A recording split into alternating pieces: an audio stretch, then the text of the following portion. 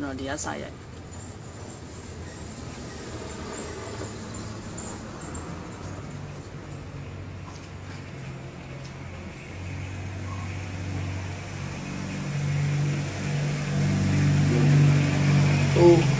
ဒီနေ့က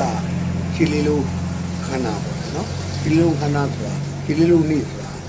တကယ်ပြောရတာအရေးတော်ပုံပဲနော်ဗမာပြည်ရဲ့ခေတ်သစ်ရာဇဝင်မှာဆိုလို့ရှိရင်ရေးတော်ပုံကနှစ်ခုပဲရှိတယ်ရေးတော်ပုံတစ်ခုက1938နော်တော့ပေါ်ခဲ့တဲ့ရင်းနှီးသူကြီးကနေစခဲ့တဲ့ရေးတော်ပုံနော်နောက်တစ်ခါအခုဒီ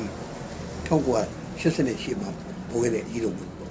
ရေးတော်ပုံလို့ဘာလို့ခေါ်လဲဆိုတော့ဆိုတော့ဥမာ89တုန်းကလည်းကျောင်းသားလှူရှားမှုပေါ်တယ်ကျောင်းသားတွေလည်းအများကြီးတက်သွင်းပြီးကြားခဲ့တယ်အဲဒီပေါ်ခဲ့တယ်သို့တော့ပြည်သူတရားလုံးစီကိုမရောက်ခဲ့ဘူးပြည်သူကျောင်းတွေပဲပိတ်ပို့ဆိုးပြီးတော့တက္ကသိုလ်တွေပဲဖြစ်ကျောင်းတွေပိတ်ဖြစ်တယ်ကကျောင်းသားလှူရှားမှုကပြည်သူရဲ့လှူရှားမှုရောမသွားဘူးအဲ့ဒီအတွက်7 July ဆိုတဲ့လှူရှားမှုအနေနဲ့သာရှိခဲ့တယ်နော်အရေးတော်ဝင်ကြီးပေါ့အလားတူပဲဥမာနောက်ပိုင်းမှာပေါ်တဲ့94 95 96ကျောင်းလာဆိုတဲ့ဥဒ္ဒရေးခင်းနေလာလူသမားရေးခင်းနေတော့ကျောင်းသားတွေရဲ့ဆန္ဒပြမှုဒီကြားထဲမှာလည်းအသေးသေးအများကြီးပုံသေးတာပေါ့အဲ့ဒါဒီပုံလုံးကလည်းဘာပဲပြောတာရေးတော်ပုံလို့ဘာမျိုးပေါ့လူလူအုံကြောက်မှုမဖြစ်ဘူးဒါပေမဲ့ဒီရှင်းလေးလုံးကတော့လူလူအုံကြောက်မှုတိုင်းလူပြည်သားတွေအားလုံးဟာနော်ဘုံကြီးရဟန်းတွေလည်းပါတယ်ယောက်ျားတွေပါတယ်မိန်းမတွေပါတယ်လေသမားလူသမားဆင်းရဲသားနော်လက်လွယ်စားနော်ဘာသာကြားလူတွေတောင်မှပါတယ်ဆိုတဲ့ဟာတွေအားလုံးနဲ့ဝိုင်းပြီးတော့လှူရှားမှုတွေမှာပါတယ်ပြည်သူရဲ့အုံကြွမှုကြီးဒီတော့ဘုံကြီးဆိုပြီးတော့ဖြစ်ခဲ့တယ်အဲ့ဒါ1938တုန်းကပေါ်ခဲ့တဲ့1300ပြီးတော့ထပ်ပြီးရေးကြီးတဲ့ကြောင်းပြည်သူ့လှူရှားမှုဖြစ်တယ်ပြောနိုင်ပါတယ်သို့တော့1938တုန်းကပြည်သူ့လှူရှားမှု1300ပြီးရေးတော့ဘုံကြီးဟာသမိုင်းထဲမှာရောက်သွားပြီတော့သူ့ရဲ့လုံကလည်းပြည့်မြောက်သွားပြီနော်ပြည့်မြောက်သွားပြီဆိုရင်နေချက်ဆန်ကြီးကိုလူမျိုးစနစ်ဆန်ကြီးနော်တော့ဒီအလူသမားတွေရဲ့ဟလာအခွင့်အရေးပါညာဆိုတဲ့တောင်းဆိုချက်တွေဒါတွေကအကုန်လုံးကဟလာကုလူနေခဲ့လည်းလုံလာပြီလွတ်လိုက်ရေးလည်းရပြီဆိုတဲ့အခါကျတော့ပြည့်ပြောက်သွားပြီလို့ပြောလို့ရတယ်အဲ့ဒါကြောင့်သမိုင်းထဲမှာပဲကြံခဲ့တဲ့လှူရှားမှုကြီးဒီလှူရှားမှုကြီးကနေပြီးတော့သူသင်္ကန်းစာယူမယ်ဟလာတုံးနဲ့ဒီလှူရှားမှုကြီးအမှတ်100ရှိတယ်ဒါပဲလုပ်နိုင်တော့တယ်နော်ဒီသမိုင်းဒီထိုတွေကအဲ့ဒါမပြီးဆုံးသေးတဲ့တာဝန်ကြီးတို့ရှိလို့သမိုင်းတွေးနေတဲ့တင်နဲ့ဟာဆက်ပြီးတော့ဆောင်ရွက်ပေးတာမရှိဘူးဒါပေမဲ့အခုခြေလေးလုံးဟာတော့အခု25နှစ်ပြည့်သွားပြီ25နှစ်ပြည့်တယ်ဆိုမဲ့လို့ခြေလေးလုံးကမပြီးဆုံးသေးတဲ့ဟလားဒီရေးတော်ဝင်ကြီးဖြစ်တယ်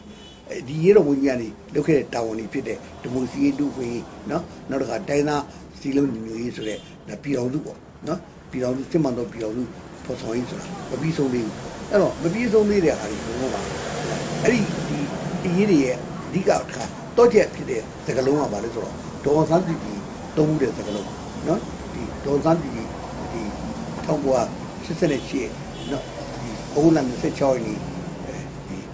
ကျွေးတော်ဖျားမင်းကုန်းထဲမှာပြောတဲ့ဟာတွေဒီနေ့ချိန်ရွဲနေတာဒုတိယ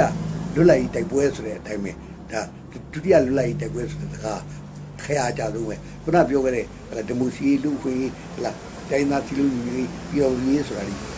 ခရရဲလွတ်လပ်ပါမယ်နော်နောက်တစ်ခါအာဏာရှင်စနစ်ကိုဆန့်ကျင်တယ်အာဏာရှင်စနစ်ကိုတွန်းလှန်တယ်အာဏာရှင်စနစ်ကိုဖြိုချဖို့လုပ်တယ်ဆိုတဲ့ကြိုးပမ်းမှုတွေမှာလည်းလွတ်လပ်ရေးတိုက်ပွဲဟာအရေးကြီးဆုံးပါပဲအဲ့တော့ဒီစကလုံးကခရကြတယ်လို့ပြောနေပါတယ်အဲ့တော့ဒီအဲ့လွတ်လပ်ရေးတိုက်ပွဲကြီးဟာဒီနေ့လဲကြီးနေတော့မယ်လို့ကျွန်တော်ပြောနေပါတယ်နော်ဒီနေ့လဲကျွန်တော်ရဲ့လွတ်လပ်ရေးတိုက်ပွဲကမပြီးဆုံးသေးဘူးမပြီးဆုံးတဲ့အတိုင်းပဲဒီလွတ်လပ်ရေးဒုတိယလွတ်လပ်ရေးတိုက်ပွဲကိုကျွန်တော်ဒီနေ့ထိဆက်ပြီးတော့လုပ်နေရတယ်ဒီနေ့အစိုးရဟာတိုင်းပြည်မှာအုပ်ချုပ်နေတဲ့ဦးသိန်းစိန်ရဲ့အစိုးရဆိုတာအမှန်တိုင်းပြောရင်ဒါစစ်အာဏာရှင်တပိုင်းလူတွေစစ်အာဏာရှင်လက်ထက်ကကျွင်းကြံခဲ့တဲ့သူတို့စစ်အာဏာရှင်ဒီအစိုးရတွေနဲ့ပူးပေါင်းပါဝင်ခဲ့တဲ့လူတွေနော်တာဝန်ယူခဲ့တဲ့ပုဂ္ဂိုလ်တွေဒီပုဂ္ဂိုလ်တွေပဲတိုင်းပြည်မှာကြီးစိုးနေတာပဲအလားတူပဲသူတို့ရဲ့ကျင့်ထုံးတွေကိုကြည့်တဲ့အခါကျတော့လေသူတို့ရဲ့လုပ်ကိုင်ပုံတွေဟလာဆိုတာလွတ်လပ်ခွင့်တွေပြည်တဲ့လောက်တွေပြည်တဲ့ကျဲတဲ့လောက်တွေကျဲလာတဲ့တိုင်းပြည်မှာကျဲချမ်းသာဝါချမှုတွေနိုင်မယ်လို့ပြောတယ်ဒါပေမဲ့တစ်ဖက်ကနေပြီးတော့လေဥမာလေသမားတွေရဲ့လေမီသိမ်းတာတို့အလူသမားတွေရဲ့အခွင့်အရေးတွေပိတ်ဆို့တာတို့ဟလာတော့မျိုးဝေါ်တွေမှာရှိတဲ့လူတွေရဲ့ဟလာစင်းရဲတွင်းနေမှုဟာဒီတိုင်းပဲကြားနေတော့မှရှိနေတော့မှဖြစ်တယ်လို့ကျွန်တော်ပြောနေပါတယ်အဲ့ဒါကိုကျွန်တော်ကဒီနေ့ချုပ်ပြောရမယ်ဆိုလို့ရှိရင်ဘာလဲဆိုရင်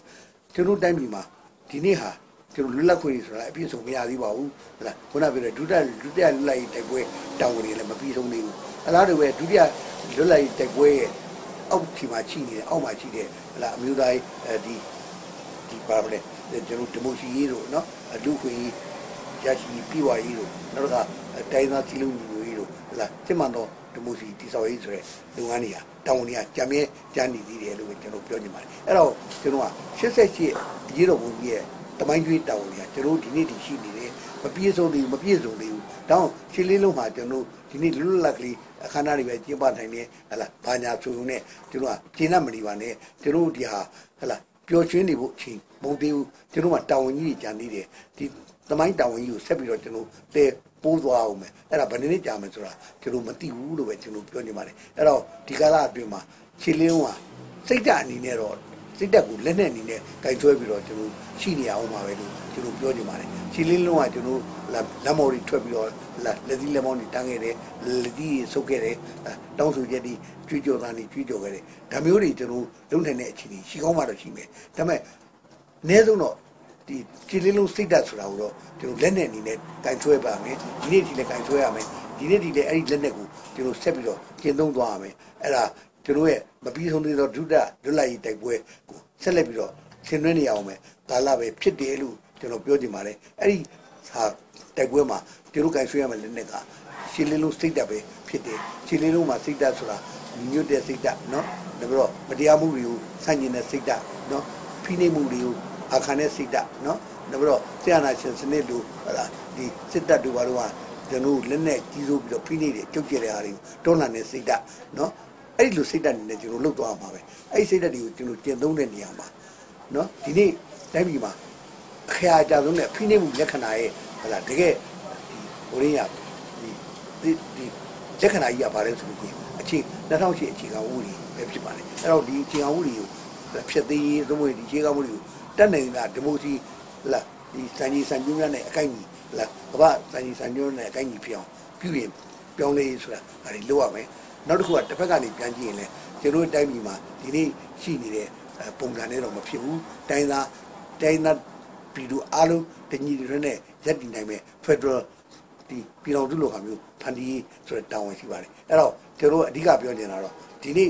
တာဝန်ဟာဘိုးတို့ကတုန်းကဒီမိုစီရေးပါညာဆိုတဲ့တာဝန်တွေလိုပဲဒီနေ့တာဝန်ကြတော့ပို့ပြီးတော့ကျင်းလာတယ်အဲ့ဒါပါလဲဆိုတော့တစ်အချင်း2008အခြေခံဝင်ကိုဖြတ်သိးနော်တို့ကလည်းပြုရင်ပြောင်းလဲလားလုံးဝကိုဒီမိုစီစံညုံနှုံးများနဲ့အညီကိုက်ကြောင်လို့ပြေကိုပြရမယ်ဆိုတော့ဒီမိုကရေစီအခြေခံဝင်ဖြစ်အောင်ပြင်ရမယ်ဟာဒါတစ်ကျွန်တော်တောင်းဒုတိယတောင်းကတော့ကျွန်တော်ပြောင်းစီတခုလုံးတိုင်းသားတွေဟောကျွန်တော်နဲ့ဖွဲ့စည်းထားတဲ့နိုင်ငံကြီးမှာဒ